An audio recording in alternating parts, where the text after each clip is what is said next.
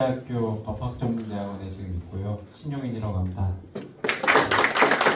이렇게 귀한 자리 불러주셔서 정말 감사하고, 또 사실 제가 처음에 이제 전북 기본소득 네트워크에서 제가 기본소득에 관심은 있지만 참 그렇게 식견이 부족한데 이 기본소득 전북 네트워크에서 부르다니 하면서 조금 부담을 느꼈었고요.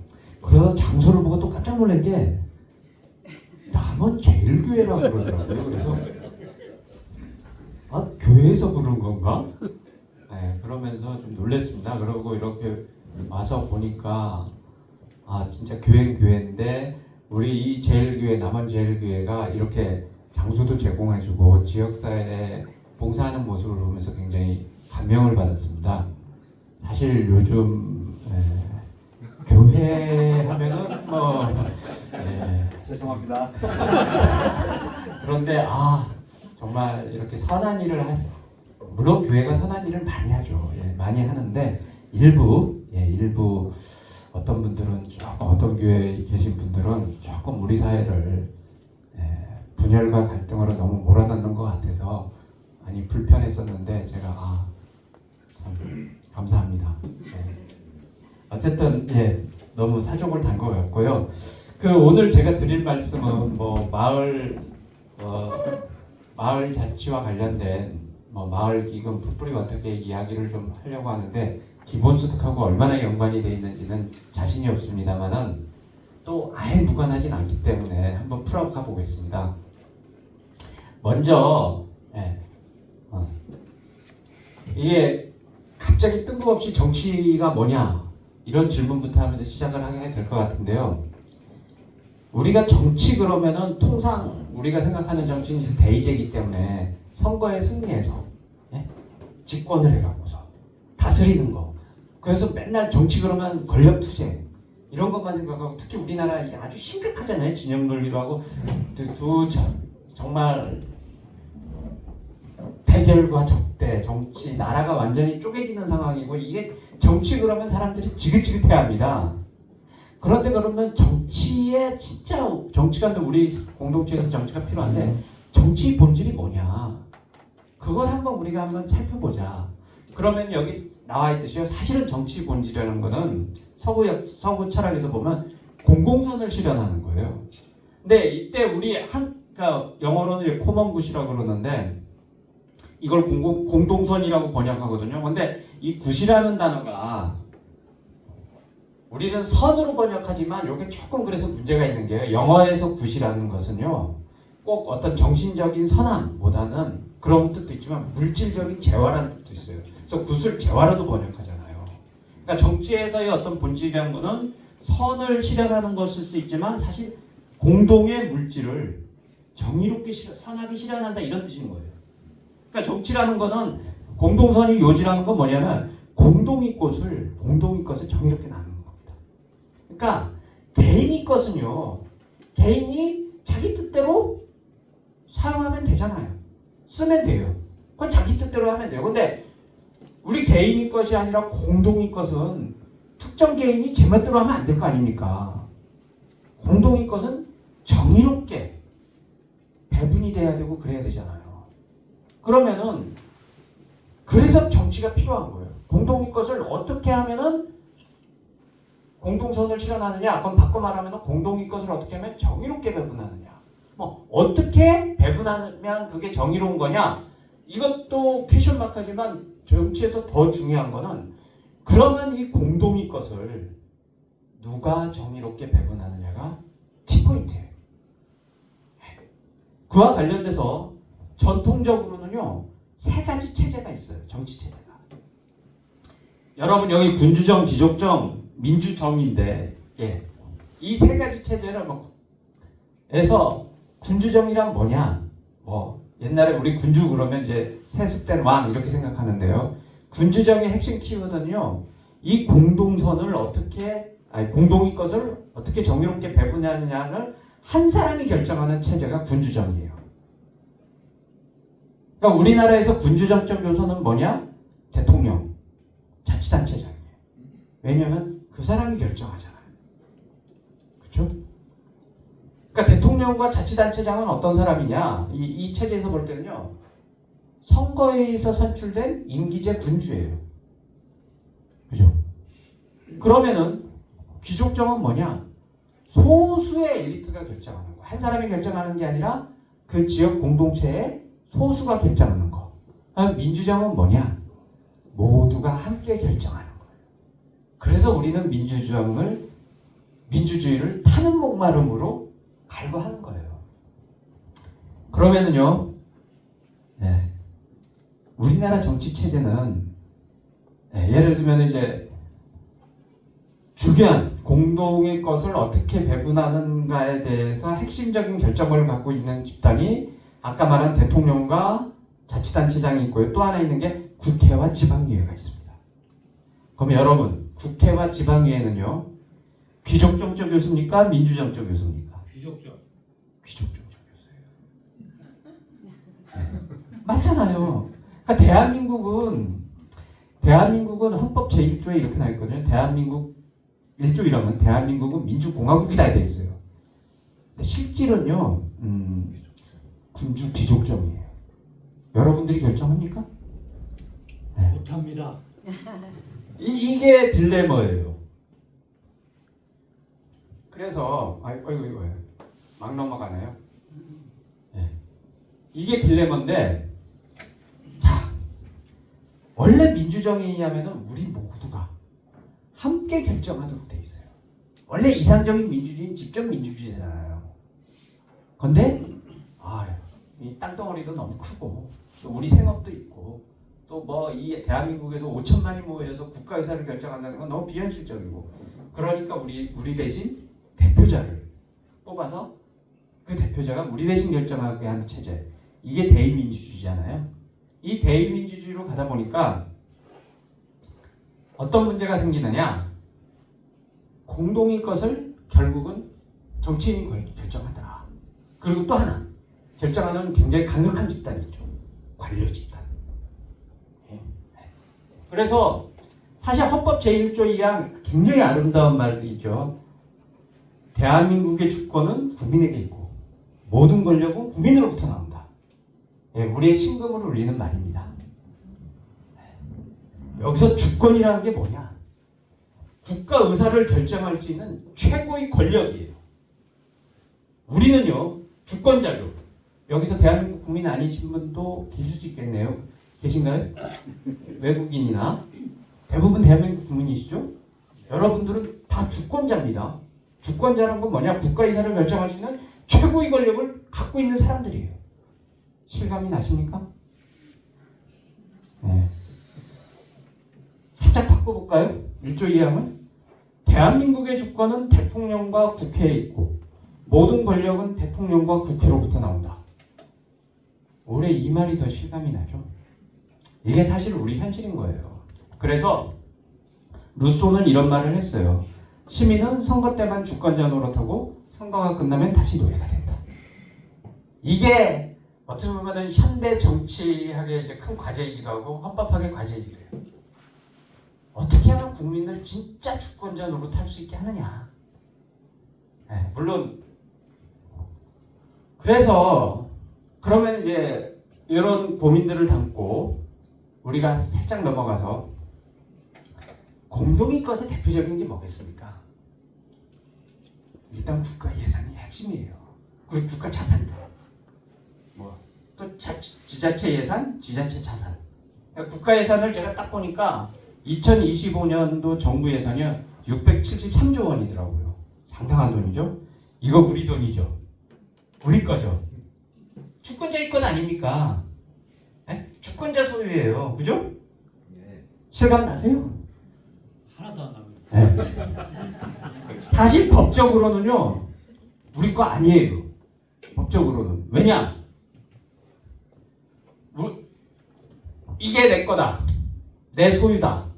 이러면은요. 법적으로 이걸 내 소유권이다라고 인정하려면 내가 이걸 내 뜻대로 사용할 수 있어야 되고 이걸 내 뜻대로 사용할 수 있어야 되고 이거 갖고 수익을 창출하면 내가 가질 수 있어야 되고 또 관리할 수 있고 필요하면 팔아먹을 수도 있고 내 뜻대로 관리하고 처분하고 사용하고 수익할 수 있어야지 내가 그 물건을 소유한다고 봐요. 근데 673조 원의 예산 국민 뜻대로 관리하고 수익하고 사용하고 처분합니까? 못해요. 그건 누가 하느냐? 관리 처분권은 아까 말한 정치인하고 관료가 갖고 있어요. 그죠? 사용 수익권은 물론 정치인 관료가 그 673조 원을 지가 다 사용하고 수익하면 큰일 나죠. 국민들이 사용하고 수익할 수 있도록 조치를 취하죠. 네. 그래서 사용 수익은 국민이 하는지 모르겠지만 국민이 뜻대로 사용 수익하는 게 아니죠.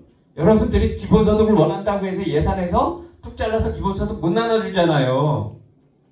네. 그래서 이게 딜레마인 거예요. 그러니까 주권자로서 어떤 우리는 분명히 주권자인데 주권자로서의 몫을 행사할 수 없는 그 몫을 잃어버린 자가 우리 현실입니다. 이런 부분에 대한 어떤 문제의식과 고민이 필요하지 않느냐. 그러면서 사실은 이런 마을자치나 마을기금 얘기가 나온 건데 이 공동의 것을 그러면은 지금은 이 시스템에서는 공동의 것을 소위 국가에 있는 우리가 뽑은 정치인들, 대통령과 국회, 또 자치단체장과 지방의회 얘네들이 다 결정하는데 좋다. 원래 우리가 주권자고 우리가 다 결정해야 되지만 그 결정하는 것 중에 일부라도 우리가 다 니네 결정, 너네는 우리 심부름꾼이고 우리가 주인이고 너는 대리인이고 심부름꾼 아니야? 우리가 직접 결정할게 하고 다 가져오는 게 아니라 그 중에 일부라도 원래 주인이고 주권자인 주민이 국민이 직접 결정할 수 있게 한번 시스템을 만들 필요는 없겠냐? 이런 고민이 있는 거예요. 그걸 한번 같이 나눠보자는 겁니다. 그게 바로 마을기금 제도라는 거예요. 그러면 한번 이런 성공적인 주민이 직접 공동의 것을 결정해서 성공적으로 일궈낸 사례 중에 가장 유명하다고 평가받는 사례가 마리날레다 마을 사례입니다. 뭐 영국의 코인스트리트 공동체도 있고 그런데 어쨌든 여러 가지 공동체들이 있는데 그 중에 하나 제가 여기를 찝어보면은요, 이 마을은 아주 유명해져서 책까지 나왔어요. 그래서 우리나라에 번역도 됐습니다. 어떤 곳이냐면 스페인의 남부 지역의 안달루시아 지방의 마리날레다라는 조그만 농촌 마을입니다. 인구가 3,000명도 채 못 돼요. 근데 이 마을이 왜 유명하냐? 혹시 들어보셨어요? 마리날레다 마을? 예. 예, 들어보셨으면은 저보다 더 잘 아실 수도 있겠네요. 이 마을이 유명한 게 잘 아시겠지만 인구도 3,000명밖에 안 돼요. 뭐 남한하고도 비교도 안 되죠. 면 지역 수준이죠? 거의. 근데 이 마을이 유명한 게 집 걱정, 일자리 걱정, 그리고 빚 걱정이 없는 산무 마을이에요. 왜 집 걱정이 없느냐? 공영주택 제도가 완비되어 있대요. 그래서요, 좀 남원은 어떤지 모르겠어요. 그러니까 15유로면 월 15유로면은 월 2만 원 정도 되거든요. 월 2만 원만 되면은요, 정원이 딸린 한 60평 되는 저택에서 살 수 있어요. 평생. 원하면 자기 집을 수리도 다 자기 개조도 할 수 있고. 다만 상속은 안 됩니다. 근데 상속할 필요가 없지. 만약 자식이 그 마을에서 계속 살겠다 그러면 또 공영주택을 받으면 되니까. 그러니까 집 걱정이 기본적으로 없습니다. 그리고 이게 농촌 마을인데 약 300만 평의 그 농장이 있어요. 그래서 원하면 마을 주민이면 누구나 거기에서 일을 할 수 있습니다. 그리고 사람들이 좀 검소하게 살아서 그런지 빚도 거의 없대요. 근데 이 마을은 기본적으로 마을 총량제를 실시하더라고요. 그러니까 이사를 가야지 들어올 수 있어요. 총량제를 실시합니다. 그래갖고 하는데 어떻게 지금 남원시에도 이런 마을이 있습니까? 한 달에 한 2만 원만 있으면은 그냥 한 5, 60평 정도 되는 데서 평생 임대료 인상 걱정 없이 편하게 사는 수 없습니다. 네. 부럽죠. 네. 근데 이 마을이 처음부터 이런 게 아니에요. 이 마을이 이렇게 된 이유가 있어요. 원래 이 마리날레나 마을은요, 마을의 주민이 대부분은요 땅이 없었어요. 한 대주주 몇 명이 그 마을 땅을 다 갖고 있고 다 소장농이거나 실업자였어요. 아주 찢어지게 가난해 갖고요. 80년대까지만 하더라도 아주 우리나라 60년대처럼 못 살았어요. 아주 찢어지게 가난한 마을이고 여기도 이제 실업률이 60%면 말 다 한 거 아닙니까? 네, 일하는 사람이 오히려 더 적었다는 거예요. 이런 상황인데 이 스페인도요, 여러분 우리처럼 그 독재를 경험했습니다. 그래서 프랑크 총통이 독재를 하다가 이제 사망을 하게 되니까 꼭 박정희 대통령 서거하고 그 민주화 바람이 불듯이 스페인에서도 민주화 바람이 부는 거예요. 그리고 민주화 바람을 통해서 지방자치도 이제 실시하게 된 겁니다. 근데 우리랑 달리 우리는 지방자치가 이제 민주화 바람이 불고 지방자치를 실시하면서 사실은 진짜 자치를 해야 될 풀뿌리 단위에서는 이루어지지 않았습니다. 시도 시군군 했어도요, 읍면동이라든지 그 아래에는 안 했어요. 그런데 스페인 같은 경우는요, 진짜 우리 읍면동 단위 이런 작은 단위에서도 지방자치를 제대로 실시한 거예요. 그러니까 마리날레다 마을이 어떻게 됐느냐, 인구 3,000명밖에 안 되는데 자치시로 승격이 된 겁니다. 그리고 시장을 주민 손으로 직접 뽑도록 한 거예요. 그런데 이 고르디오라는 나이 30살밖에 안 되는 역사 교사거든요. 출마를 한 거예요. 출마를 해서 시장에 당선이 됐는데 이 고르디오 시장이 왜 우리 마을이 이렇게 찢어지게 가난할까? 왜 우리는 이렇게 못 살까? 그리고 내린 결론이 뭐냐? 땅이 없기 때문이다. 주민들이 땅을 가져야 된다. 이렇게 생각을 한 거예요. 그런데 아무리 직선시장이라지만 사실 이게 읍면동장 수준이고 스페인은 자본주의 국가입니다. 대주주 땅을 몰수할 수 있나요? 택도 없죠. 그러면 고르디오가 어떻게 생각을 했느냐? 사실은 기본소득이 여기서 만남이 될 수도 있는데 그러면 정부가 사서 우리한테 주면 되잖아. 그 생각을 한 거예요. 그래갖고 12년을 투쟁을 했습니다. 참, 근데 거기는 아마 우리하고 법제도가 좀 다른 것 같아요. 고르디오 시장이 이 별을 많이 달았거든요. 투쟁하면서 우리는 이 전과자가 되고 실형을 금고형 이상의 형을 선고받으면 아예 출마 자격이 박탈되는데 스페인은 그렇지가 않은가 봐요. 별을 달면서도 계속 시장 연임을 합니다. 그래서 12년 동안 싸우면서 뭐 하다 보니까 처음엔 스페인 정부가 코웃음을 쳤는데 이제 여론도 좀 바뀌기 시작하고 막 또 치열하게 달라고 하니까 어떻게 했느냐? 스페인 정부가 그러니까 예를 들면 우리나라 같으면 대한민국 정부가 한 게 아니라 그 안달루시아 주정부 그러니까 우리 같은 전북도죠. 여기 같으면 전북도가 여기가 쌍교동인가요? 쌍교동이 인구가 얼마 정도 됩니까? 한 2,500명 정도. 아 마리날레다 마을하고 좀 비슷한 수준이네요. 쌍교동에다가 12평방킬로미터 그 마을 면적의 거의 절반에 가까운 그러니까 한 360만 평 되는 땅을 대주주로부터 사서 그러니까 전북 전라북도가 사서 쌍교동 주민들한테 준 겁니다. 공동자산으로. 그러니까 360평이나 되는 그 땅을 받으니까 그 중에 일부는 소위 공영주택을 건설한 거예요. 물론 건설하는 과정에서도 여러 가지 혜택을 받았고 그 건설하고 나머지 또 큰 300만 평 넘는 땅은 우모소 농장이라고 해서 협동조합을 만들었어요. 그리고 여기는 인구 3,000명밖에 안 되니까 의회를 따로 두지 않고 시장은 있지만 주민총회를 열어서 중요한 사항들을 다 결정했습니다.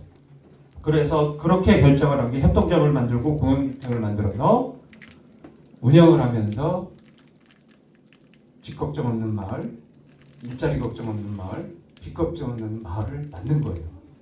저는 여기 사례를 보면서 이게 진짜 주민자치 힘이다. 그러면 여기 부럽죠? 우리나라 가능할까요? 네. 네. 한번 살펴봅시다. 네, 한. 자, 질문 칭찬. 우리나라에서 나라 돈입니다. 네. 여기 주민들이 하루하루 모아서 하는 게 아니라 마리나레다 마을이 주민들이 돈 모아갖고 마을 기금 만들어서 유토피아 마을 만든 게 아니죠? 나라 돈으로 했어요. 우리도 나라 돈으로 마리나레다 마을처럼 읍면동 주민이 공동 소유하면서 민주적 자율적으로 관리하는 그런 마을 기금 만들 수 없을까? 그렇게 마을 기금이 만들어지면은요, 당연히 그 마을 기금을 바탕으로 마을 기업을 만들 수 있잖아요. 네? 그리고 마을 기업이 어떻게 해요? 주거 서비스, 임대주택 사업하고, 임대상가 사업하고, 뭐 돌봄 서비스하고, 교육 서비스하고, 이 주민들 서비스할 거 많잖아요. 그렇게 마을 기업으로 서비스를 하면서 사회 서비스를 제공하면은 마을 기업들이 많이 생겨날 수 있고, 그 마을 기업한테 마을 기금이 수수료를 주면 되잖아. 그걸 운영을 하고, 그럼 일자리도 생기고, 네? 얼마나 좋아요. 이게 가능하겠냐? 근데 이게 가능하려면요, 삼박자가 맞아야 돼요. 삼박자가 맞아야 되는 첫째, 사람이 있어야지. 사람이 맹하면 안 되겠지. 네. 그 다음에 돈이 있어야겠죠, 당연히. 그리고 또 중요한 게 제도가 있어야 됩니다. 그러면 우리가 하나하나 봅시다. 제가요, 예전에는 이 주민자치를 얘기하면서 우리 많은 사람들이 자치 역량이 없다, 뭐 우리는 아직도 부족하다 이렇게 얘기를 하는데, 저는 그 말은 기본적으로 넌센스라고 생각합니다. 왜냐하면 지금 대한민국이 한국 사람이 어떤 사람들인데요. 지금 K-팝, 뭐 K 문화가 전 세계를 휩쓸고 있잖아요. 가장 우수한 민족이에요. 그래서 나는 자치 역량이 없다라는 말은 일단 넌센스다. 그리고 또 이론적으로 설령 자치 역량이 떨어진다 하더라도 저는 그런 비유를 하는데요. 만일에 수영을 못하는 사람이 있어요. 이 사람 수영 잘하게 하려면은요, 이 사람은 수영을 못하니까 일단 교육부터 해야 된다. 우리 자치 역량 자치하자 그러면 주민자치하자 하면 제일 먼저 나오는 게 역량이 떨어지니 교육해야 된다라는 얘기를 합니다. 교육 중요하긴 하죠. 근데 수영을 못하는 사람이 수영을 못하니까 책상 앞에 앉혀놓고 선진 수영 이론을 열심히 가르치면 수영합니까? 물에 빠뜨려야 됩니다. 그렇죠. 물에 빠뜨려야 되죠. 그리고 지도하면서 허우적거리고 물도 먹고 이러다가 수영 잘하게 되는 거잖아요. 자치도 똑같은 거예요. 일단 자치를 해야 돼요. 자치하지 않은 상태에서 백날 이런 교육 강의 들어봤자 소용이 없는 거예요. 자치를 하다 보면 처음엔 문제가 여러 가지가 있겠죠. 그러면서 처음에 물도 먹고 허우적거리고 하는데, 그러면서 잘해서 나중에 수영 잘하듯이 자치도 잘하게 되는 거예요. 그리고요, 그러니까 설령 자치 역량이 떨어진다 하더라도 자치는 해야 되고요. 그리고 우리는 기본적으로 전 세계에서 가장 우수한 민족이고 역량이 가장 탁월하다. 다만 기회를 주지 않았을 뿐이다예요. 그리고 자치를 잘할 수 있는 가능성을 저는 멀리서 안 찾고요. 제 고향 사례를 들려고 합니다. 제가 제주도 사람인데요.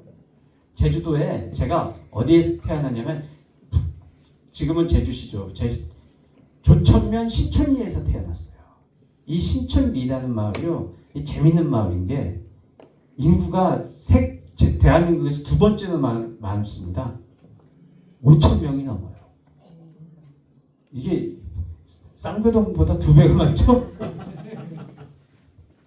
인구가 5천 명이 넘는데, 이 제주의 신촌리는요, 리장을 주민이 직접 뽑습니다. 그리고요, 마을 자산을 소유할 수 있어요. 등기도 할 수 있어요. 비법인 사단으로 대법원 판례에서 인정을 받았기 때문에 법인은 아닌데, 쌍교동은 그게 안 됩니다. 그래서 등기도 할 수 있고 마을 자산을 소유할 수 있는데, 1999년도에요. 바로 신천리 옆에는 이제 삼양동이라고 있는데 거기 화력발전소가 있어요.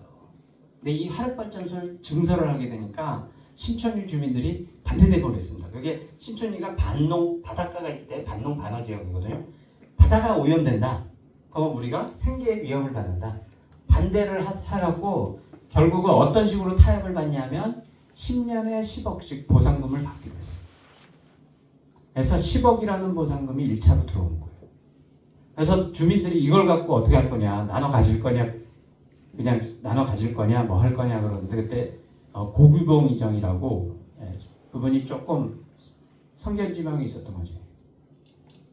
우리 지금 신촌 지금 아마 전라도 지금 남원도 그럴 건데 인구가 자꾸 빠져나간다. 사람을 잡으려면 어떻게 되겠냐? 우리가 좀 저렴한 임대주택을 만들자. 그래서 무주택자들한테 제공을 하면 그만큼 신촌리에 거주할 수 있지 않겠냐. 이런 아이디어를 내서 10억 갖고 처음에 8세대 빌라를 줬어요. 그리고 10년 뒤엔 다시 또 10억이 들어오잖아요.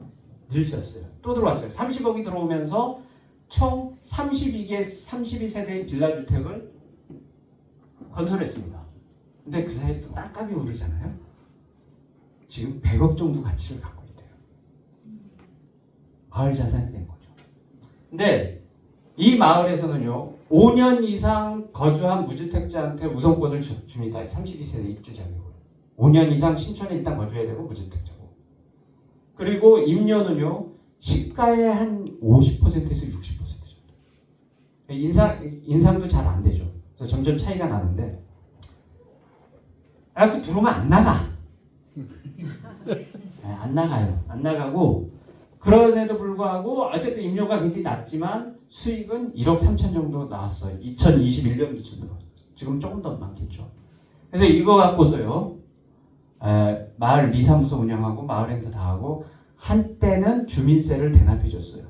근데 제주도가 갑자기 붐이 일어갖고 인구가 확 늘었습니다. 원래는 신촌리도요 한 3천 명이 좀 못 됐는데 갑자기 5천 명이 돼버린 거예요. 그래서 이제 주민세 단항은 접었다 그러더라고요. 근데 앞으로 다시 10억이 더 들어오면 그때는 리장님을 만났더니 그러더라고요. 저희들이 상품권 정도는 이제 주민들한테 매년 나눠드리려고 합니다. 매년 10억이 들어오면 더 지을 거고 임대 수익이 더 늘어날 거예요. 저는 여기를 보면서 그러면서 또 이장님이 그런 말씀하세요. 여기서는요 임차인이 갑이에요. 뭐 잘못하면 리사무소에서 큰 소리 땅땅 치고요. 주민총회 열었을 때 아주 시끄러워요. 그럴 거 아니에요. 그리고 임대를 우리 제대로 올리지도 못합니다. 주민총회에서 주민들이 문제 제기하고 그러니까. 그리고 실제로 만족도가 높다 그러더라고요. 거기 사시는 분들이. 예. 제가 이걸 보면서 신촌리 주민이 뭐 별나라 사람입니까? 대한민국 국민이에요. 농촌분들이에요. 얼마든지 역량을 갖추면 할 수 있구나. 제가 역을 보면서 본 거예요. 그래서 사람은 우리는 뭐 사람이 없어서 자취 못한다는 말은 안 된다. 그러면 돈이 없냐? 제가요 그것도 좀 생각을 해봤는데 제가 예산 전문가는 아니지만 이렇게 좀 보니까 2022년도 조금 됐습니다만 일자리 예산이 31조 원이 넘더라고요. 우리나라가 매년 일자리 예산으로 쓰는 돈이 30조 원이 훨씬 넘어요. 여러분 그래서 좋은 일자리가 많이 생기고 있나요 지금? 네. 물론 이 예산 중에는 정말 필요한 데 쓰이는 예산도 꽤 있을 거라 생각하지만 경제 전문가들, 재정 전문가들한테 물어보면요 이거 돈 낭비한다는 이야기도 많이 해요. 불필요하게. 네. 필요 없. 특히 좀비 기업 살리는 일에 있어서 우리 경제를 더 왜곡시키고 문제가 있다. 이런 얘기합니다. 근데 이 돈 31조를 전국의 읍면동이 3,500개인데요. 3,500으로 나눠보니까 1년에 줄 수 있는 돈이 89억 원이더라고요. 저출산 대책 예산. 네, 우리나라 저출산 정말 큰일 났죠. 저출생. 큰일 났어요. 그죠? 전 세계 꼴찌잖아요. 그래서 국가에서도 엄청나게 쏟아부어요. 2021년도 기준으로도 한 46조 원이 됐어요. 근데 출산율이 그래서 올라가고 있나요? 이 돈은 도대체 어디에 뭐에 쓰이는 거야? 하여튼 뭔가 이 혜택을 보는 사람이 있을지 모르지만 정책 목표하고는 전혀 상관없이 낭비되는 돈이라고도 할 수 있잖아요. 이 돈을 읍면동으로 하면 평균 133억 되더라고요. 그리고요, 우리나라가 사실은 저는 서울 제국인 나라라고 봅니다. 아마 남원도 피해를 많이 보는 것 같아요. 지방은 다 식민지 같아요. 예, 저는 제주도에 있으면서요. 저는 제주대학이 정말 좋은 학교인데 이렇게 보니까 대한민국에서 대학 서열은 서울에서 거리에 따라 정해지더라고요. 이런 나라가 있나라는 생각이 들어요. 전 세계에 이런 나라 없어요. 제주도는 서울에서 거리가 멀다는 이유로 너무 피해를 보는 것 같아요. 남한은 어떤지 모르겠습니다만.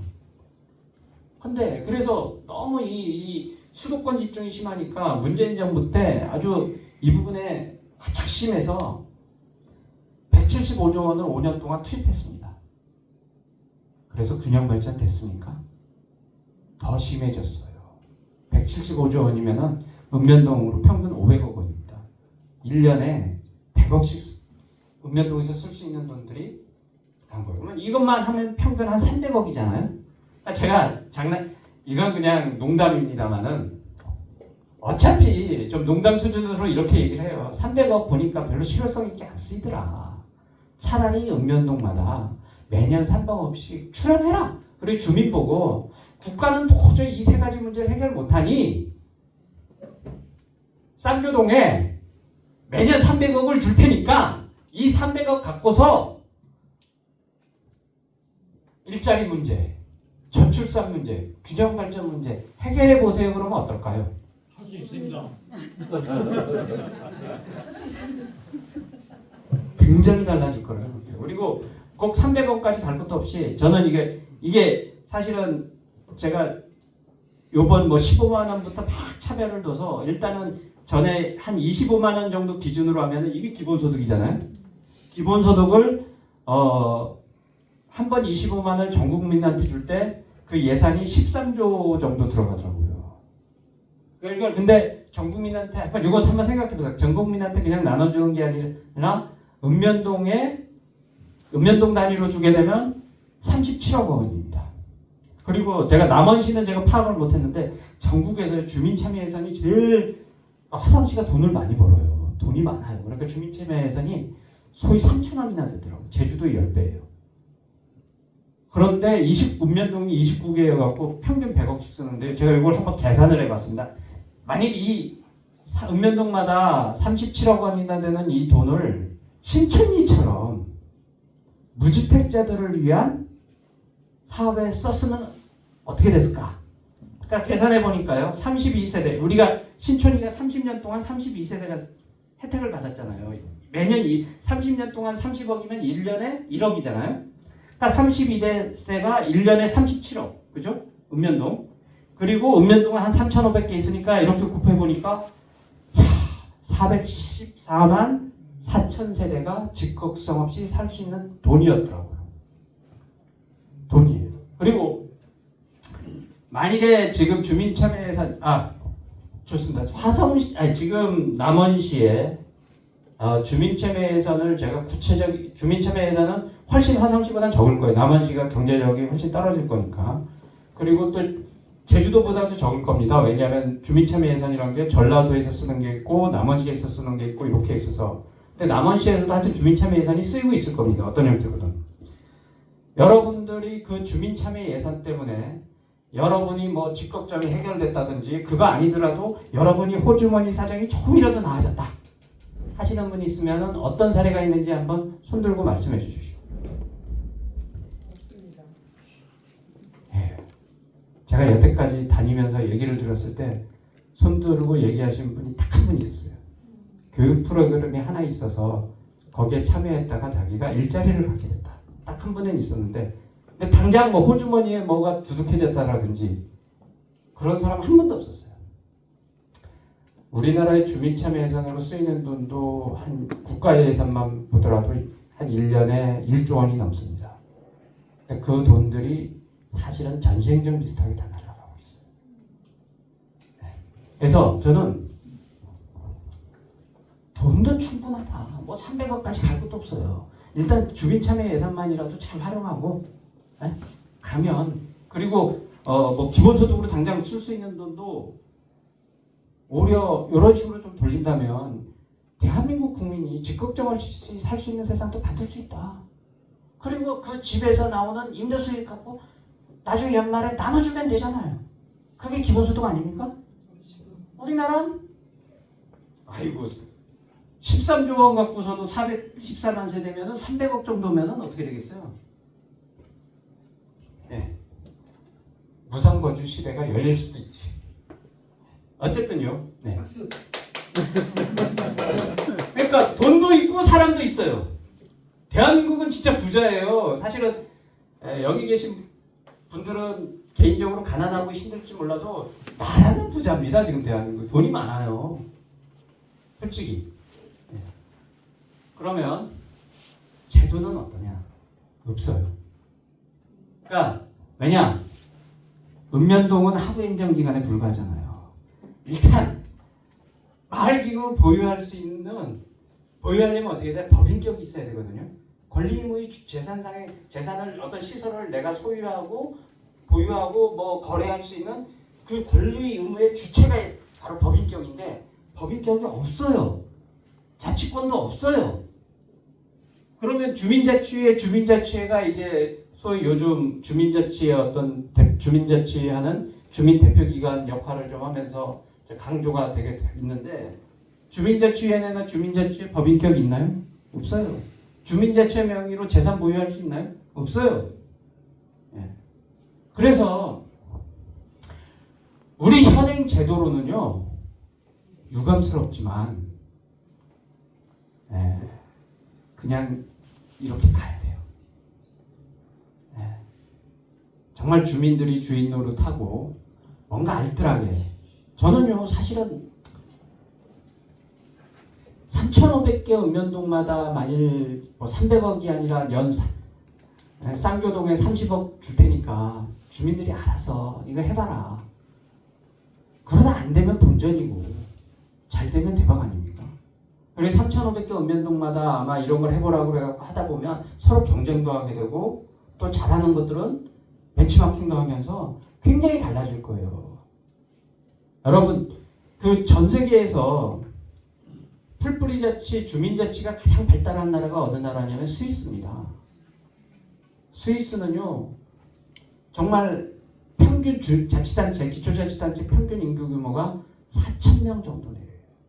3,000에서 4,000명. 쌍교동 수준에서 시장 뽑고 다 합니다. 예산도 세우고 법률도 만들고. 그런데요 스위스 국민소득이 얼마냐? 10만 불이에요. 우리의 3배 가까이 잘 삽니다. 대한민국의 스위스 최고 이 정치와 자치 분야의 최고 전문가가 한 분 계신데 안성호 교수님이라고 대전대학교 교수님이시거든요. 지금은 은퇴하셨죠. 근데 제가 그분을 만났을 때 감명 깊게 들었던 얘기가 자기가 스위스를 30년 이상 공부를 하고 스위스를 정말 열심히 다니고 스위스를 탐구했고 그랬는데 자기가 보니까 스위스 국민이 우리 국민보다 똑똑하지 않더래요. 우리가 훨씬 더 똑똑하더래요. 그런데 스위스는 우리보다 훨씬 잘 산다. 그 이유가 뭐냐? 스위스는 우리보다 훨씬 탁월한 정치 제도가 있기 때문이다. 특히 자치제도. 이 2,000개가 넘는 인구 한 3,000, 4,000명밖에 안 되는 이 자치제도에서 창의와 경쟁, 자율성이 나오면서 지금의 스위스를 만들고 있더라. 그러면서 그분이 얘기하시는 게 대한민국에서 만일에 풀뿌리 자치가 제대로 된다면, 주민자치가 제대로 된다면 대한민국은 스위스보다 더 잘 살 거다. 근데 저는 그 말에 굉장히 감동받고 또 이렇게 보면은 그럴 것 같아요. 정부 예산 비율 제대로 쓰는 건 쓰게 해요. 근데 비율적으로 쓰이는 돈들 너무 많잖아요. 그런 돈들을 주민이 직접 공동 소유하고 공동으로 관리하면서 주민이 필요에 따라 쓰게 한다면은 저는 우리도 10만 불 시대 열릴 거라고 봅니다. 이게 주민자치라는 것이 그래서 사실은 단순히 민주공화국이 어떤 민주주의 문제만이 아니라 우리 삶의 질을 바꾸는 거다. 그러면은 어떻게 하면 우리가 이게 가능하겠냐? 저는요 그러니까 조례로서 가능한 방법을 솔직히 많이 찾아봤습니다. 이 법률을 바꾸기는 그렇고, 근데 조례로서는 쉽지가 않아요. 일단 가장 어려운 게 뭐냐면은 마을 기금을 보유할 수 있는 주체, 법적 주체가 조례로서는 그걸 세우기가 굉장히 어려워요. 조례로서 만일 주민 전체의 사단법인을 만든다. 이론적으로는 가능하죠. 근데 사단법인을 하려면 총회를 열어야 될 때 주민 과반수가 찬성하고요. 참석해야 되고 해야 돼요. 근데 그게 현실적으로 가능합니까? 불가능해요. 네. 쌍교동 주민 1,200명 이상 참석시킬 수 있나요? 불가능해요. 그러니까 조례로서는 이게 한계가 있어요. 네. 그리고 그렇기 때문에 기본적으로 법률로 주민자치를 법인으로 일단 규정을 해야 돼요. 아니면 읍면동을 법인으로 하든지. 근데 이걸 또 지방자치단체로 하게 되면 또 문제점이 있는 게 우리 헌법에 의하면은 지방자치단체가 되기 위해서는 반드시 지방의회를 돼야 되고요. 지방의원은 선거로 뽑아야 됩니다. 근데 읍면동 단위에서 정말 지방의회를 두는 게 효율적인지, 그리고 읍면동 의회를 두고 그걸 선거로 뽑는 거는 또 굉장한 무리수가 따르거든요. 제주도 같은 경우 그렇게 되면요, 정말 동네마다 다 쪼개집니다. 네. 그리고 그 비용은 어떻게 감당할 거며. 그래서 하더라도 지방자치단체가 아니라 특수한 형태의 다른 공법인으로 가야 되지 않을까 이런 생각은 해요. 근데 이런 부분에 대해서도 좀 더 이제 고민이 필요하고, 근데 일단 법인이 돼야지 마을기금을 소유할 수 있으니까. 그리고 당연히 법인으로 할 수 있는 것은 근거 규정을 둬야 되고요. 그 다음에는 이 주민자치회 자체가 또 민주적으로 해야겠죠. 적어도 주민자치회장은 주민이 뽑아야 돼요. 네. 그래야 될 거 아닙니까? 어쨌든 그 다음에 주민자치회가 마을기금을 조성하고 운영할 수 있는 근거 규정이 또 있어야 됩니다. 우리는 법체행정이기 때문에 그런 규정 없으면 주민자치회가 임의로 만들 수는 없어요. 그리고 근거 규정만 두면 뭐 합니까? 돈이 들어와야 될 거 아니에요. 근데 주민들 호주머니 돈 털어서 기금 만든다? 쉬운 일이 아닙니다. 어떻게 해야 되느냐? 국가나 지자체가 출연할 수 있는 근거 규정을 마련해야 돼요. 그래서 최소한 주민 참여 예산만큼이라도 처음에 들어가도록. 예, 근거 규정이 있어야지 출연할 수 있잖아요. 이 세 가지만 두면은 우리도 주민자치법에 이런 이 세 가지가 있는 주민자치법을 만든다면, 그래서 그러면은 3,500개 읍면동 중에서 잘하면은 마린날레다 마을 이상 가는 마을이 나올 수 있죠.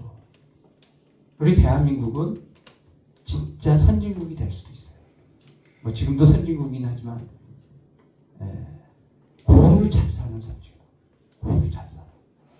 이게 꿈 같은 소리가 아니에요. 이것만 만들면 돼요. 근데 이 법을 제가 만들려고 좀 국회의원도 만나보고 뭐 이러는데 안 돼요.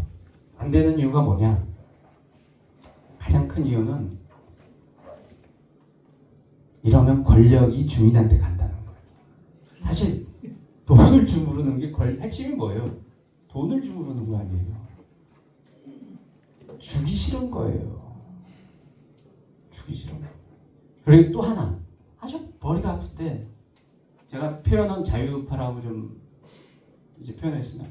그 소위 이 정광훈 목사님, 예.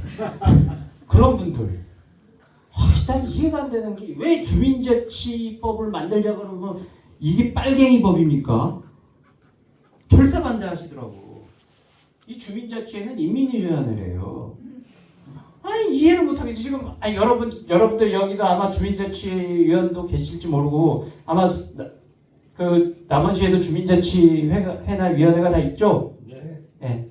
그분들이 빨갱이입니까? 오히려 그 반대인 것 같던데 제가 볼 땐.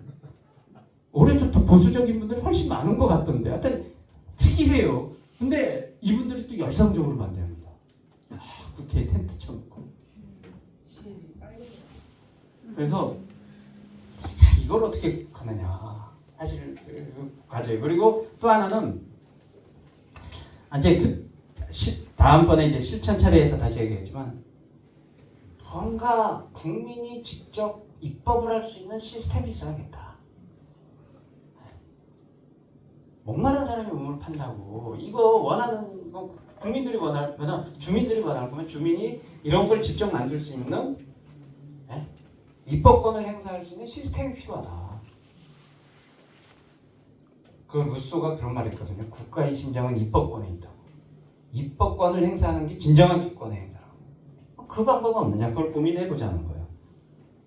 그래서 어쨌든 그러면 마을기금에 대해서 조금 더 자세히 한번 좀 더 이해하기 위해서 자세히 설명을 해보겠습니다. 자세히까지는 아니고 간략하게 한번 설명해 볼게요.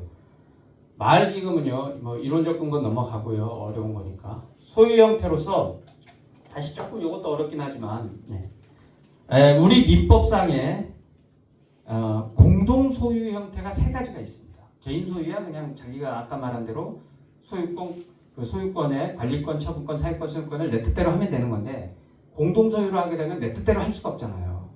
그래서 그런 걸 어떻게 할 거냐에 관련돼서 이제 총유, 합유, 공유라는 세 가지가 있는데 그 중에서 이 마을기금이라든지 이런 거하고 가장 관련성이 있는 게 총유라는 제도입니다. 우리 민법에 있는 제도입니다. 공산주의 제도 아닙니다. 제가 이거 얘기하면 또 너 공산 땅이지 이렇게 얘기하는 사람이 있어서 제가 피곤한데요. 민법에 있는 자본주의 국가의 대한민국 자본주의 국가 맞죠? 자본주의 국가의 근간법이 민법입니다. 그 민법에 있는 공동소유제도 물론 여기는 뭐 저보고 이런 얘기했다고 공산당이냐 공산주의자냐 비판하실 분은 없을 거라고 보지만 저는 그리고 공산주의자 절대 아닙니다. 근데 마을기금이 소유 형태를 저는 총유에 준하는 거로 보자. 그러면 총유가 어떤 거냐? 총유가 간단하게 해서요. 아까 말했죠. 소유권의 네 가지 권능.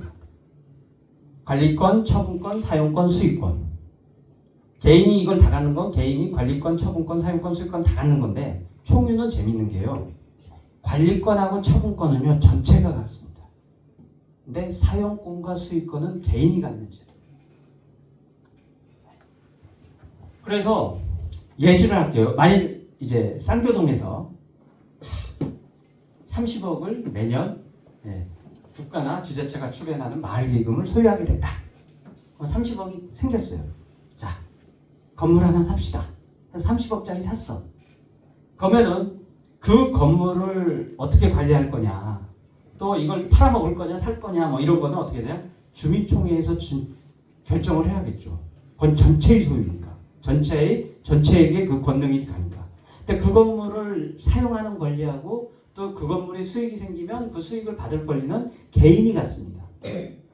지분이 있는 건 아니지만 사실 n분의 1의 그 권능이 있는 거죠. 그러면은 사용권을 갖고는 있지만 자기 사용권을 넘어서 근데 모든 사람이 그 건물을 원하진 않을 거 아닙니까? 필요한 사람이 없을 거 아니에요? 근데 그러면은 그 사람은 자기 사용권을 넘어서는 부분에 대해서는 임대료를 내면 돼. 그리고 그 임대 수익은 연말에 수익권이 개인들한테 있으니까 나눠주면 돼요. 그게 기본소득이죠. 아까 만일에 1년에 30억씩 들어온다. 10년이 지나면 300억이 되고요. 또는 액수가 더 늘어나다 보면 이게 3천억도 될 수 있고 막 이렇게 갈 거예요. 그죠? 시간이 흐르다 보면. 여러분 3천억 정도 되면은 뭐 만일에 부동산 수익이 이제 수익이 아주 좋다 해서 한 5% 정도 잡으면 한 150억입니다. 150억이면은 쌍교동 주민이 2,500이죠? 2,500명이죠? 150억이면 어느 정도예요? 1년에 한 70만 원을 줄 수 있네요. 그죠? 뭐 그보다 덜 할 수도 있고 더 할 수도 있고. 만일에 이게 한 세대 두 세대 더 지나가서 한 1억 정도 부동산이 1조가 넘는다. 뭐 그렇게 되면 쌍교동 주민들한테 1년에 1,000만 원도 줄 수 있겠죠. 그럼 기본소득 실현되는 거 아니에요? 산술적으로. 그래서 이걸 총회한다고 봅시다. 그러면은 관리와 처분은 주민총회에서 결정하지만 정당한 임대료 지불하고 마을 주민이 필요한 사람을 쓰고 임대 수익은 나눠주고 이게 가능하다. 근데 우리가 아까 말했죠. 1년에 제가 볼 때 하여튼 아마 이렇게 마을기금이 제도화되고 출연제도가 되면은 그 다음에 주민들이 하는 일은 뭘까? 제가 볼 땐 예산 지지겠지. 그래서 불필요한 건 다 넘겨라. 우리가 알아서 쓸게. 필요한 거 쓰지만 그러면 예산도 굉장히 효율적으로 쓰일 겁니다.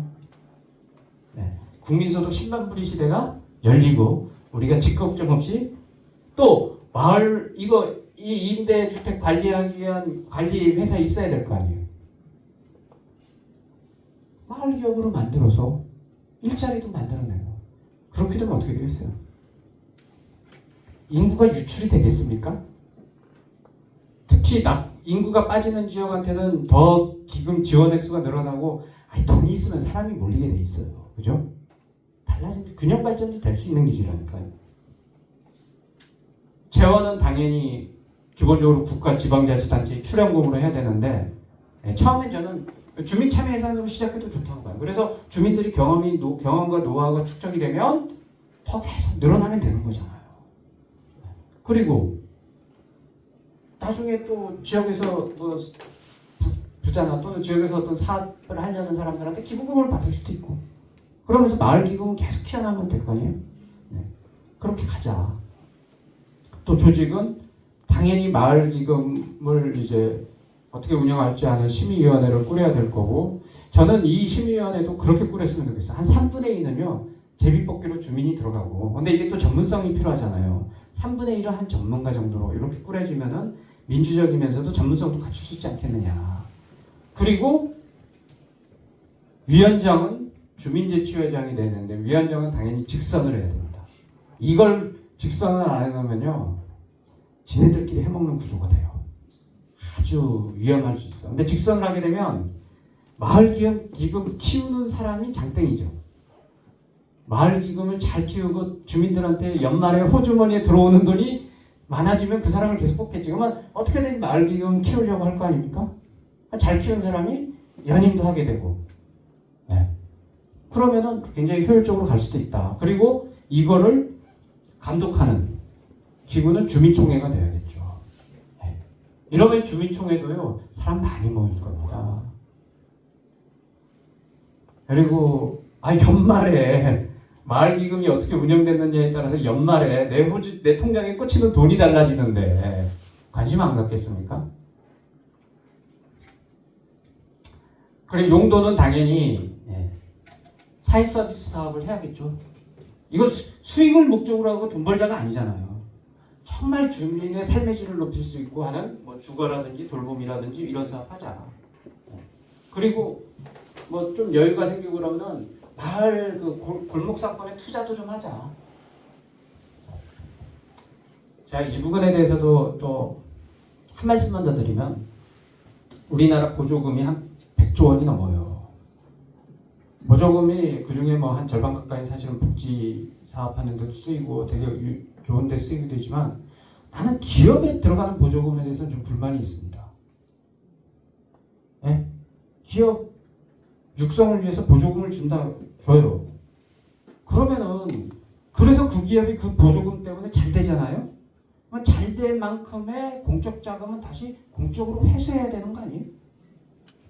근데 그것도 지가 다 그냥 가지시대? 좀 이상하지 않아요? 많이 이상합니다. 네. 저는 아니지 않느냐. 국가 돈이 들어갔고 공적인 돈이 들어가서 그만큼 기업을 키웠으면 그 목은 뭐 다시 국가한테 돌리든지 어떤 공적으로 다시 돌려야 되는 거 아니냐. 왜 그걸 다 사적으로 다 가져가느냐. 그게 정의로운 거냐. 근데 만일 마을기금이 만들어져서 마을기금이 투자를 하게 돼요. 그럼 지분을 갖게 되는 거 아니에요. 배당을 받을 거 아닙니까. 이익이 생기면. 공적으로 환수도 가능하지 않느냐. 왜 이렇게 효과적인 걸 안 하냐. 그리고 마을기금이 커지면은 뭐 법률경영, 노무세무 이런 컨설팅도 열심히 해주고 중소기업이나 그 골목상권이 이런 부분이 되게 약하잖아요.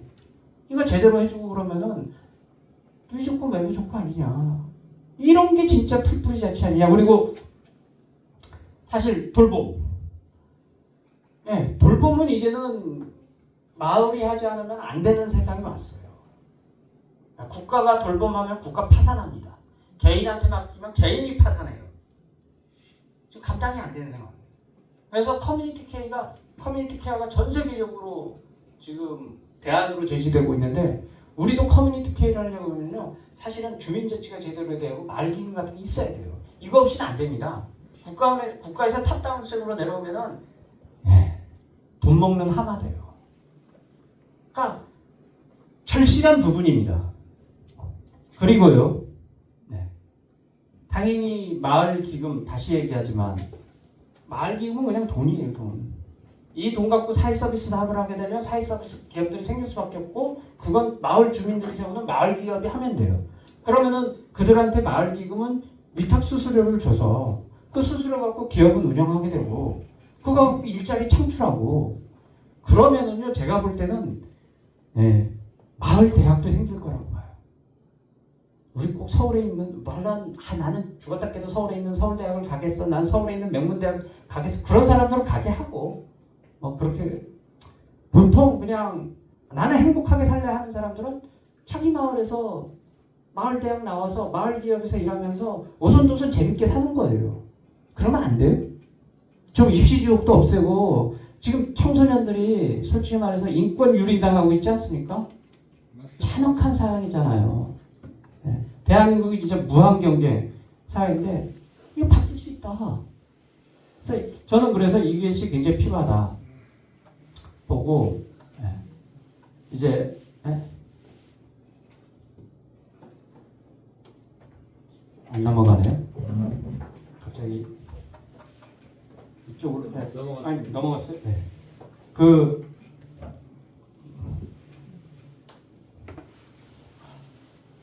마을기업 통제는 뭐 간단한데 당연히 마을기금도 국가나 지자체의 출연금이 들어가기 때문에 통제를 해야 되는데 저는 통제는 두 방향으로 가야 된다.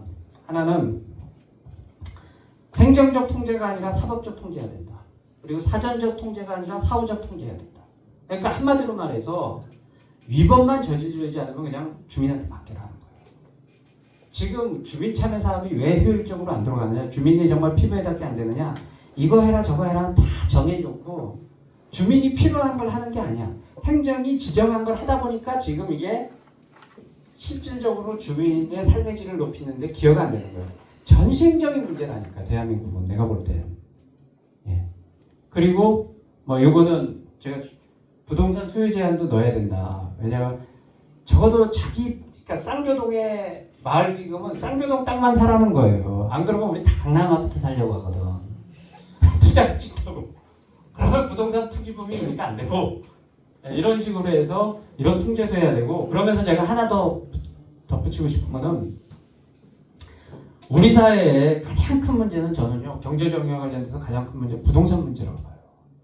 제가 이걸 얘기하면서 내가 공산주의자가 아니다 이 얘기도 좀 하려고 하는데 네 토지 문제 부동산 문제 토지 문제 핵심은 뭐냐면요 토지 사유화에 있습니다.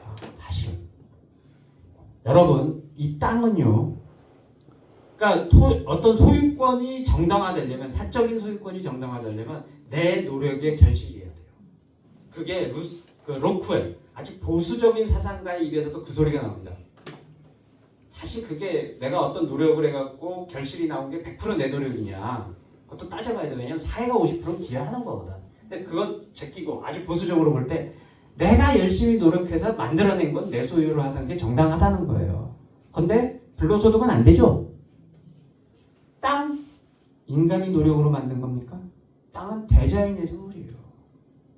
그러면은요 대자연의 선물이면 누구나 평등하게 사용할 수 있어야 돼요. 여러분 공기 대자연의 선물이죠. 부자는 2배를 숨쉴 수 있고 가난한 사람은 반만 숨쉬라. 말이 됩니까? 누구나 똑같이 필요한 만큼 숨 쉴 수 있어야 되죠. 원래 땅도 그래야 되는 거예요. 원래 누구나 필요한 만큼 평등하게 사용할 수 있어야 돼요. 땅은. 근데 어때요? 사유재산제라는 게 이 토지 사유재산제가 도입이 되고 그리고 땅을 독점하고 누구는 필요 이상으로 많이 갖게 되고 누구는 필요해도 못 갖게 되고 이 문제가 근본적인 그 토지 문제의 핵심이거든요. 근데 이거를 풀지 않은 상태에서 그 부동산 해법을 찾으려고 하니까 너무 어려운 거예요. 잘못 건들면 막 폭동을 하고 부동산 문제를 못 푸는 거예요. 그러면은 사실 토지 문제 해법은 뭐냐? 누구나 평등하게 사용할 수 있게 하면 돼요. 사실은. 근데 현실적으로 그게 가능한 방법은 하나는 국유화가 있습니다. 근데 저는요 국유화는 절대 반대하는 사람이에요. 왜 절대 반대하느냐?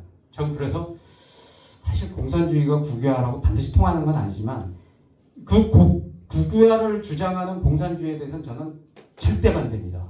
반대하는 이유는 땅은 아까도 말씀드린 권력의 원천이에요. 땅을 가진 사람이 권력을 갖습니다. 여러분 상교동에 있는 땅을 100% 누가 갖고 있으면은 그 사람의 어긋나면 여러분 상교동에 살 수가 없어요. 그렇잖아요.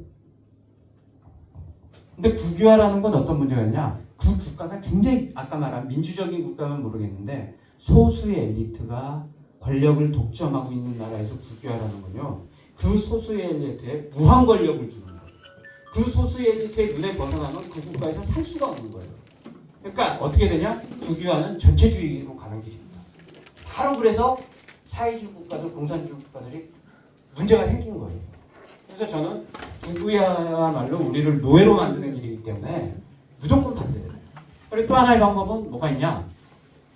소위 그 토지세, 토지보유세, 지대조세. 이것도 하나의 방법일 수 있어요. 근데 지대조세는 조세 저항이 큽니다. 그래서 저는 어떤 생각을 하냐? 대안은 이거다. 마을기금. 아까 마을기금은요. 증세도 아니잖아요. 예산, 불필요한 쓰기는 예산, 원래 주민이 주인으로 타면서 쓸 수 있는 예산을 주민이 마을기금을 통해서 쓰자는 거 아닙니까? 이 마을기금을 통해서 부동산을 주민이 공동소유하면 어떠냐? 바로 그러니까 마리날레다 마을이 마을 땅의 한 절반을 공동소유하니까 직급점 없는 세상을 만들었잖아요. 우리 절반도 필요 없어. 쌍교동 땅의 한 3분의 1만 마을기금을 갖더라도요. 쌍교동에서 집 없어서 눈물을 흘리거나 임대료 폭등으로 눈물 흘리는 사람은 없는 세상 만들 수 있어요. 그래서 저는 바로 이 마을기금이 부동산 문제 해결을 위해서도 굉장히 의미가 있다. 그래서 이런 걸 주장을 합니다. 주장을 하는데 제가 아는 정치인들은 이 부분에 대해서 딱 한 사람이 관심을 가졌는데 제가 그분한테는 이거 참 황교안 씨가 관심을 갖더라고요. 그래서 저한테 연락이 왔어요. 그래서 이거는 참 어때야 되나 좀 가능성이 있는 분이 이분이 관심을 가져서 이걸 얘기하기 시작하면은 더 어려워질 수도 있겠다 싶어서 정말 관심은 감사한데 하면서 정중하게 직접 연락 온 건 아니고 이렇게 다 간접적으로 같아요. 그래서 그러면서 또 희망도 봤죠.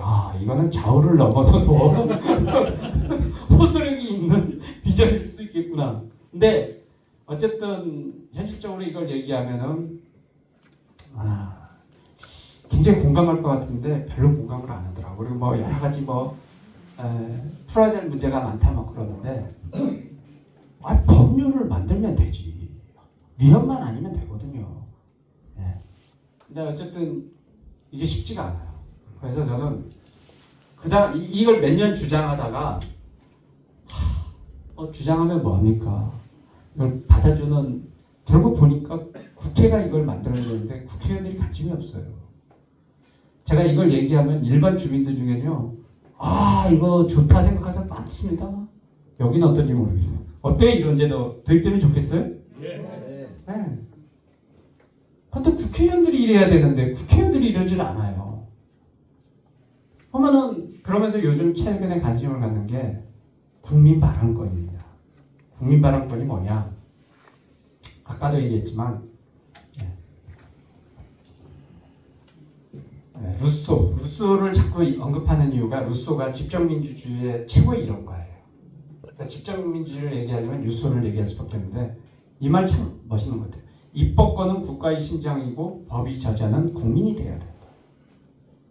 왜냐하면 주권의 핵심이 입법권이라면 당연히 입법은 누가 행사해야겠어요? 국민이 행사해야겠죠?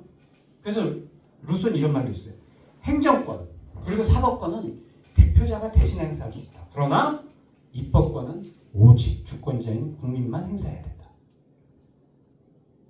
그런데 우리는 루소의 의견을 따라서 정치 제도를 입법 제도를 꾸린 게 아니라 사실 로크 이론을 따랐어요. 그래서 국민이 직접 입법하는 게 아니라 국회가 입법하도록, 지방교회가 입법하도록 이렇게 했는데 이제는 국민이 직접 입법할 수 있는 길을 좀 열어야겠다. 안 그러면은 정말 국민이 원하는 법이 안 만들어지는 세상이기 때문에 그래서 그러면 그런 제도가 없느냐? 있어요. 그 제도가 바로 국민발안제라는 겁니다. 그러면 국민발안제라는 건 어떤 제도냐? 일정 수 이상의 국민이요 특정한 입법안을 발의를 하면요, 예를 들면 마을기금 제도화법 그거를 50만 명 또는 100만 명 이런 숫자 이상이 발의를 하면 국회를 거치지 않고 원칙은요 국민투표에 붙여갖고 다수가 찬성하면 입법해버리는 거예요. 이런 제도. 근데 이건 직접 국민발안제고 간접 국민발안제는 어떤 거냐? 발안하면 국회나 지방의회가 결정하도록 하는 제도가 있어요. 우리 같은 경우는 헌정사적으로 볼 때 헌법은요, 헌법 국민발안제, 헌법 개정 국민발안제는 1954년도에 2차 개헌 때 신설은 했었습니다. 그래서 한 20년 동안 제도는 있었어요. 실제로 시행은 한 번도 된 적은 없지만 50만 이상의 국민이 동일 서명을 받아갖고 헌법 개정안을 발의하면 국회에서 심의하도록, 그래서 통과가 되면은 국민투표에 붙여서 결정하도록. 근데 이게 유신헌법 때 원래 박정희 대통령은 이런 거 싫어했거든요. 민주주의 싫어하시는 분이잖아요. 없애버렸어요. 현행헌법도 없습니다. 그리고 법률은 당연히 지금까지 없습니다. 그리고 조례는요, 주민조례 발안에 관한 법률이 있습니다. 그래서 조례는 주민이 발안할 수 있도록 하고 인터넷 시스템도 다 있어요. 주민이직적이라고 했고 여러분 처음 봅니다. 그래서 남원시 같은 경우도 아마 1000명이든 이렇게 숫자 채워지긴 해요. 근데 어쨌든 근데 또 우리 참 이 조례가 한계, 조례가 법령 위반한 것도 할 수가 없기 때문에 조례로서 할 수 있는 게 너무 없어요. 저는 이 조례로서 마을기금을 좀 제도하는 방법이 없냐고 이렇게 생각해보고 안도 짜보고 그랬는데 막상 공무원들하고나 이런 하여튼 얘기 보면 뭐 이런 이유로 안 된다 저런 이유로 안 된다 하면서 참 어렵더라고요. 근데 어쨌든 간에 이 국민발안제가 기본적으로 있는데 이 발안제의 문제점이 또 있어요. 뭐가 문제냐? 제가 보니까 첫째, 보통 우리가 헌법은 지금 안으로 나온 거가 한 100만 명을 요구하고요. 법률 발안은 한 50만 정도를 요구해요. 근데 100만 명, 50만 명이요. 그건 못 모읍니다. 그건 모을 수 있는 거는요. 제가 볼 때는 정광훈 목사님 출연은 가능할지도 모르겠다. 거기는 뭐 이렇게 집회하면은 막 어마어마하게 모이시잖아요. 그 숫자가 싹 그냥 돌아다니면은 가능할지 모르겠지만 여기 계신 분 중에 100만 모으실 수 있는 역량 계신 분 있으세요? 쉽지 않습니다. 그리고 실제로 보니까 국회가 국민동의 청원이라고 있잖아. 5만 명 이상 그 인터넷으로 동의받으면은 되기. 그래서 한 184건이 지금 182건이 지금 접수가 돼서 5만 명이 넘어서 그 중에 제가 50만 명 넘은 걸 찾아봤더니 2건이 있더라고요. 하나는 윤석열 대통령 탄핵 소추안 즉각 발의 요청 성원 이거 140만 명 2023년. 그리고 두 번째는 2025년도 이준석 의원이 두 번 했는데 제명 청원 이건 60만. 그러니까 50만 이상 모으려면 어떻게 하냐? 국민의 정서를 심하게 자극하는, 그래서 분노를 엄청 유발시키는 그런 정치나 정치 사건 이런 것들은 가능해요. 그런데요, 이런 정책, 국민의 정서, 분노 유발하자, 예를 들어 마을기금 50만 100도 없습니다.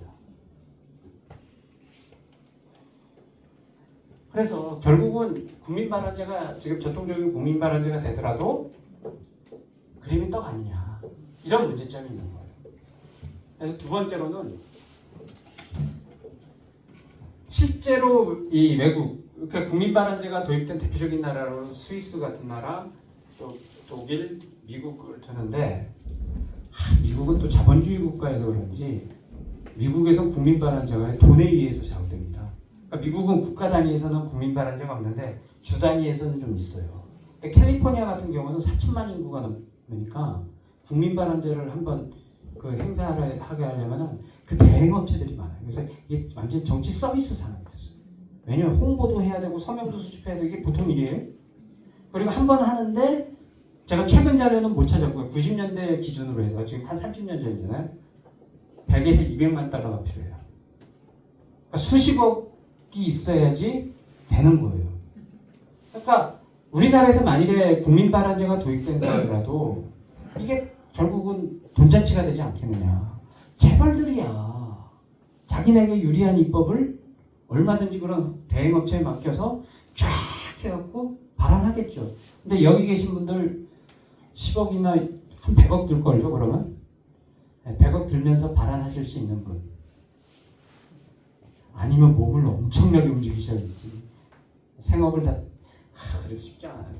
그래서 이게 결국 자금에 의해서 자원되는 문제가 있다. 그런 문제가 있고, 세 번째로는, 이 발안 과정에서 사실은 우리나라 지금 또 가짜 뉴스 뭐 이렇게 시끄러운데 굉장히 왜곡되고 잘못하면 마녀 사냥식으로도 갈 수도 있고 굉장한 부작용이 있을 수가 있다. 그리고 그 포퓰리즘식으로 막 선동하고 이런 부분들을 어떻게 풀어갈 거냐. 예를 들면은 뭐 개헌 발언제를 하는데 자꾸 제가 그분을 예를 들어서 미안하게 생각은 듭니다만은 정강원 목사님께서 헌법 전문에다가 이승만 국부조항을 넣어야 된다. 이승만은 대한민국의 국부 아니냐. 5.18 말고 그걸 넣자. 5.18 민주화 항쟁을 넣지 말고 민주화운동을 넣지 말고 그걸 넣자. 이런 식으로 하면서 국민발안 운동을 한다. 그 부작용도 정강원 목사님 아닙니다. 예, 하여튼 부작용도 심각하지 않느냐. 그리고 사실 더 큰 문제는 국민발안제가 잘못하면 대통령 같은 최고 권력자가 이 독재를 하는 수단으로 또 악용할 수도 있어요. 그래서 이런 부작용들이 있기 때문에 국민발안이라는 그 대의에 대해서 누구나 그걸 거부할 수 없잖아요. 국민이 주권자인 국민이 직접 입법권을 행사하기 때문에 그걸 누가 거부합니까?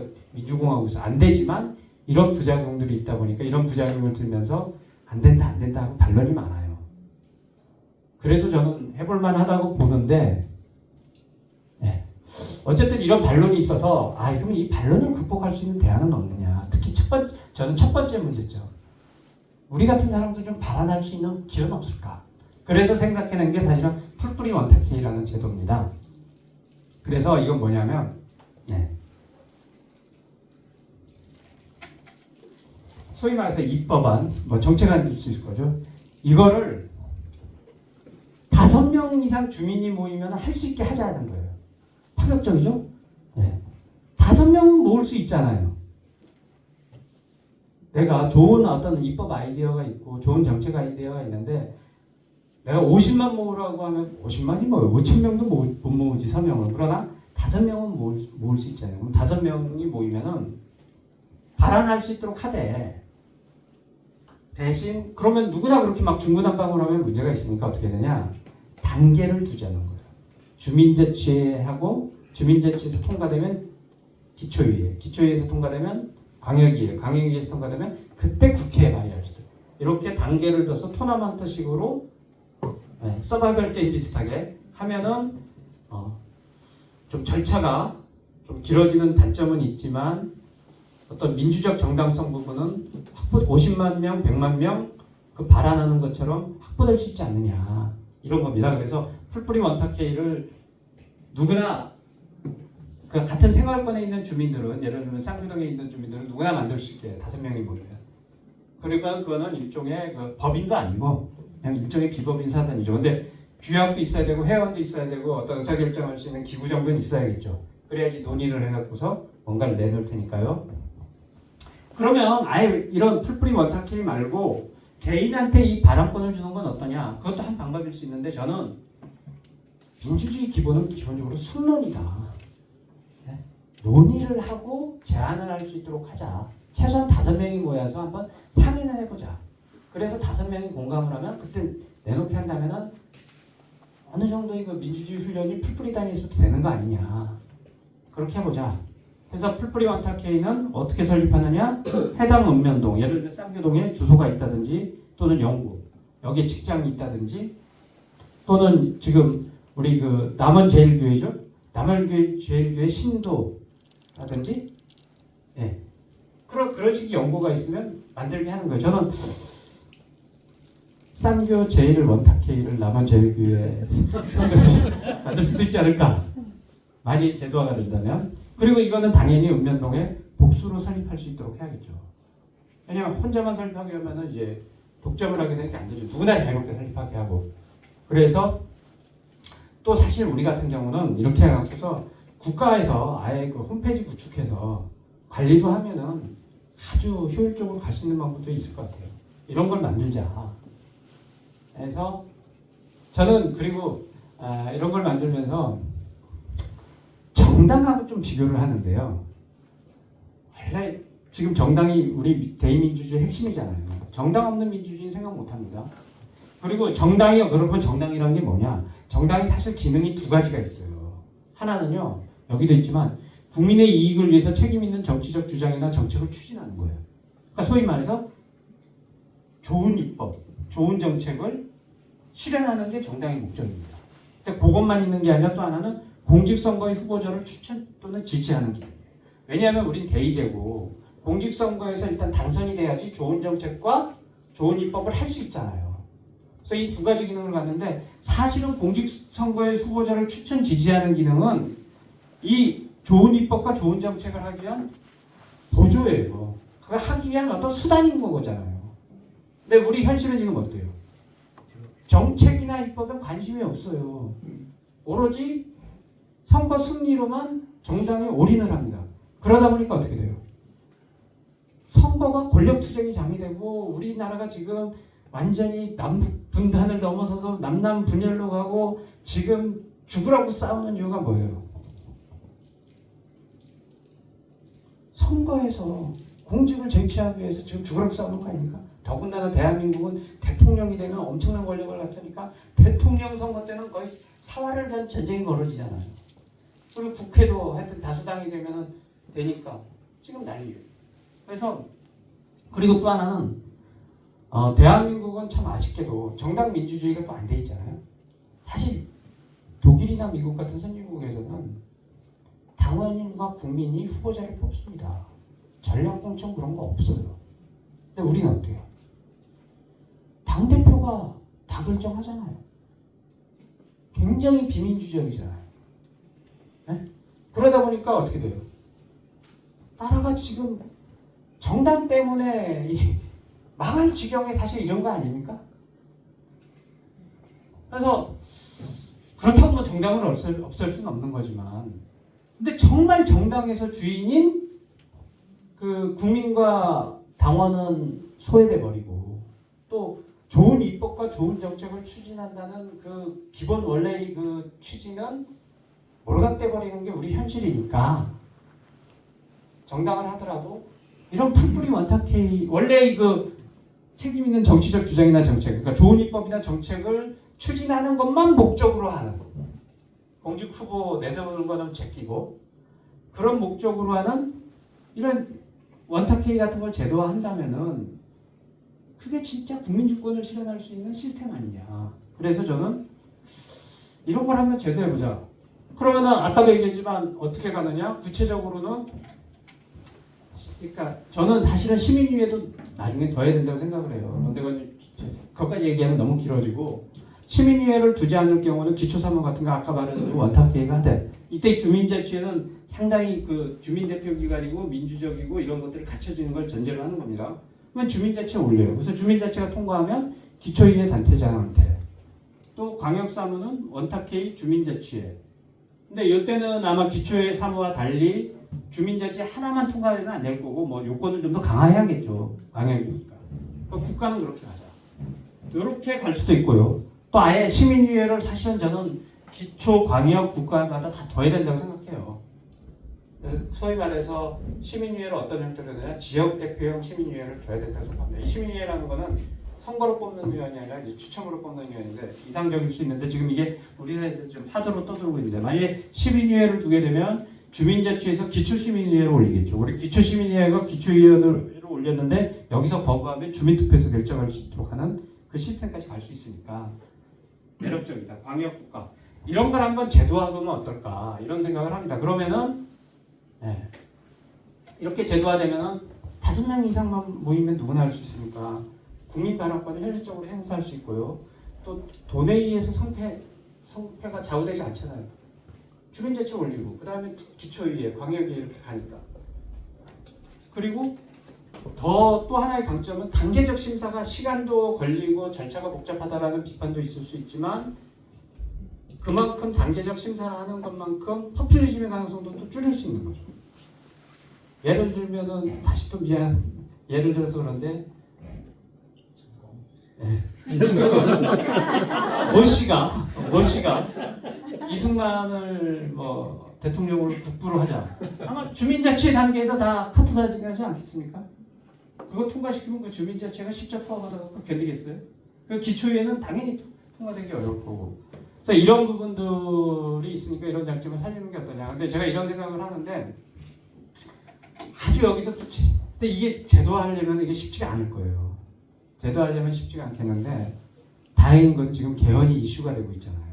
개헌이 이슈가 되고 있는데 개헌 이슈와 함께 사실은 개헌 절차법 논의가 지금 활발하게 일어나고 있습니다. 왜냐하면 우리가 여태까지 개헌을 논의하면서 개헌이 흐지부지 됐던 이유는 개헌은 안정적이고 체계적으로 국민 참여해서 할 수 있는 법과 제도가 없었기 때문이다. 그리고 법률은 민주당 단독으로도 지금 가능한 구조잖아요. 근데 개헌은 200석이 안 되기 때문에 국민의힘하고 어쨌든 손을 잡아야 가능한 구조인데 그러니까 개헌 절차법부터 만들자. 법률부터. 그리고 거기에 국민 참여 방안을 담자. 그렇게 되면은 안정적이고 시스템적으로 개헌 논의가 되면서 결국 개헌까지 갈 것이다. 그래서 개헌 절차법안이 지금 한 3개 발의가 됐는데 제가 거기서 관심을 갖는 게 국민청원형으로 김성회 의원이 대표 발의한 건데요. 이 관심을 갖는 게 50만 명 이상이 동의를 얻으면은 국회에 개헌을 청원할 수 있도록 하는 제도입니다. 소위 국민발안제의 바로 전 단계예요. 그래서 저는 이거 상당히 이게 제도화되면은 우리가 이제 50만 명 서명 받으면은 국회에 청원할 수 있는데 그래서 매력적이다. 그리고 요게 되면은 이제 앞으로 법률로도 갈 수 있고 뭐 이런. 근데 이거의 문제점은 뭐냐면 50만 명이 어렵다는 거죠. 그래서 저는 대안을 뭘로 생각하냐면 50만 명 이상 동의를 아까 읍면동마다 누구나 원탁회를 만들게 하자. 그리고 주민자치의 기초의 강의의 단계적인 심사를 거치게 하자. 그렇게 해서 국회 개헌 투기로 간다면은 국민 누구나 좋은 아이디어만 가지면 정말 참신한 아이디어를 가지면은 다 통과될 거 아닙니까? 네? 그러면 국민이 직접 헌법 개정 권한을 행사할 수 있는 길이 열릴 수 있다. 그리고 만약에 이게 너무 복잡하다 그러면은 특정 시군군의 읍면동에서 주민자치 총수나 과반수가 이상 총수 과반수나 또는 3분의 2 이상 채택되면은 시군 기초위에 생략할 수도 있고 또 뭐 읍면동 전부 원탁회의가 공동 청원한다면 기초위에 생략해서 이렇게 갈 수 있는 길도 있지 않겠냐. 이거는 기술적으로 여러 가지 방법을 찾아보자. 그렇게 이런 거를 한번 일단 법안이 나왔으니까 법안을 50만 명 이상의 동의를 이걸로 바꾸는 노력을 좀 해보자. 그리고 만일 이게 법안으로 통과돼서 이게 만일에 실제로 시도가 되면 어떻게 되겠어요? 개헌만 이게 가능하겠습니까? 법률도 가능해질 거예요. 당연히 국민들이 법도 이렇게 해보자. 법률도 만일 법률안 발의권이 이렇게 해서 도입이 되면 저는 제일 먼저 아마 쌍교동으로 달려와서 자 마을기금법 발의 좀 해주십시오 하겠어요. 그러면은요 내가 볼 때 주민자치에서 통과될 거예요. 그리고 전국에 3,500개 읍면동 주민자치가 다 통과되면 다이렉트 국회로 가면 돼요. 그럼 국회 그거 거부하기 어렵습니다. 나는 그렇게 되면은 우리가 새로운 세상이 열릴 수 있지 않겠나. 그러면은 그걸 하기 위해서는 어떻게 해야 될까? 저는요 여기 지금 제가 이걸 해보기 위해서 사실은 청량리의 달 공동체가 있습니다. 최일도 목사님께서 하시는 목사님한테 이 취지를 설명했더니 그 목사님 추진력이 있으시더라고요. 좋다 그러면 우리가 한번 청량리에 있는 내 공동체 식구들하고 원탁회를 만들겠다. 제도화하기 전에 일단 시민운동체 하나 해보자 해서 5월 23일 날 뿌렸습니다. 창립했어요. 창립했는데 그래서 1호 원탁회에 대해서 창립을 했는데 아직 2호가 없어요. 3호도 없고. 그래서 저는 시민 주민 스스로 이런 원탁회를 한 2개, 3개 정도 뿌리면 어떨까. 그리고 또 어떤 희망을 좀 가졌냐면 오늘 제일 남원 제일교회라고 했을 때 한편으로 또 희망을 좀 이런 건 어떨까. 대한민국에 제가 볼 때는 읍면동마다 교회가 없는 곳이 없습니다. 교회가 없는 곳이 없어요. 근데 지금 대한민국 교회가 우리 교회 한국 교회가 굉장히 사회적으로 목사님께 정말 죄송하지만 아닙니다. 예, 지탄을 받고 있어요. 정말 분열과 갈등. 예, 십자가 보혈의 능력은 만물을 화해시키는 거라고 저는 배웠는데 만물을 갈등을 시키는 역할을 좀 해서 참 안타까운데 나는 교회가 한번 이걸 선도해보면 어떨까. 그래서 국민주권을 정말 실현하는 그런 운동을 하다 보면 대사회 이미지도 굉장히 좋아지지 않을까. 그러면서 한번 예를 들면 쌍교 제일 원탁회 이거를 남원 제일교회에서 이거 근데 교회에서는 목사님이 또 그걸 주도하시지 않으면 또 일이 안 되더라고요. 그래서 목사님께서 주도해서 이렇게 꾸려보면 어떨까. 그래서 처음에 만들게 되면은 아마 할 수 있는 일이란 건 이건 제도가 안 된 상태에서 만들기 때문에 시민운동 차원에서 할 건데 아까 말한 개헌절차법에 이런 것들이 도입되도록 국회의원들한테 일단은 발의한 김성애 의원 혹시 잘 아시는 분 계십니까?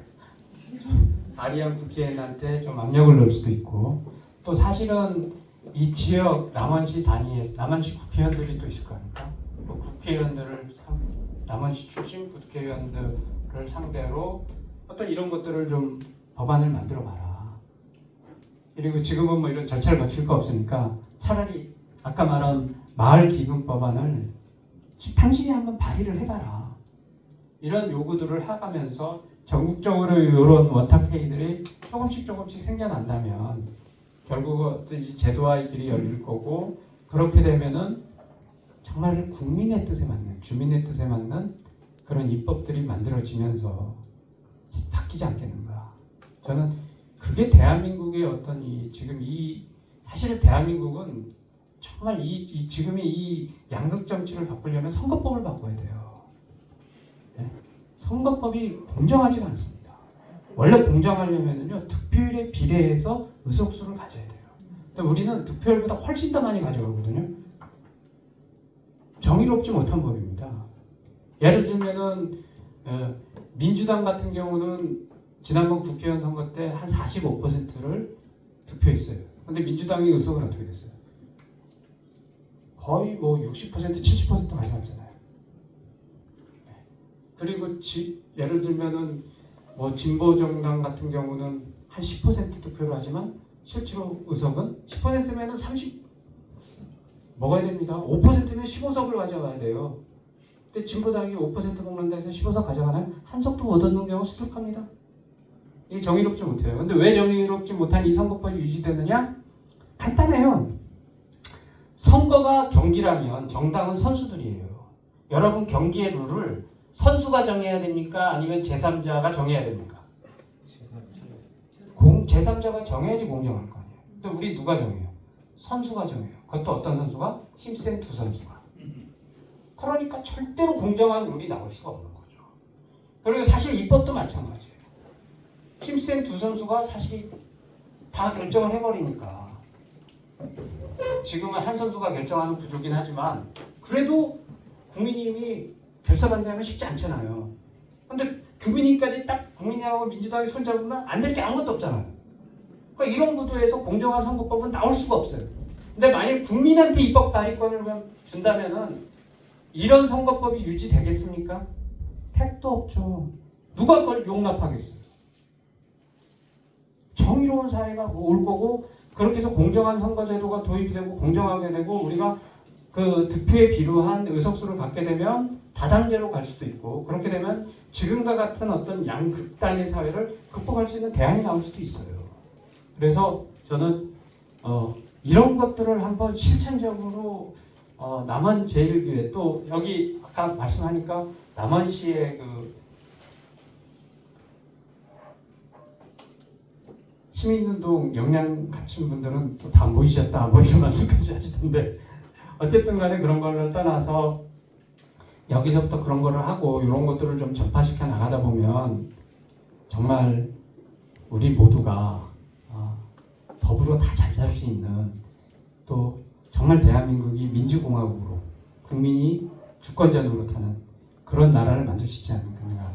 그렇게 되면은 우리가 전 세계 민주주의를 리드하는 K민주주의 어떤 선도국이 되지 않을까 이런 생각을 합니다. 예, 이상 제 강의는 마치도록 하겠습니다.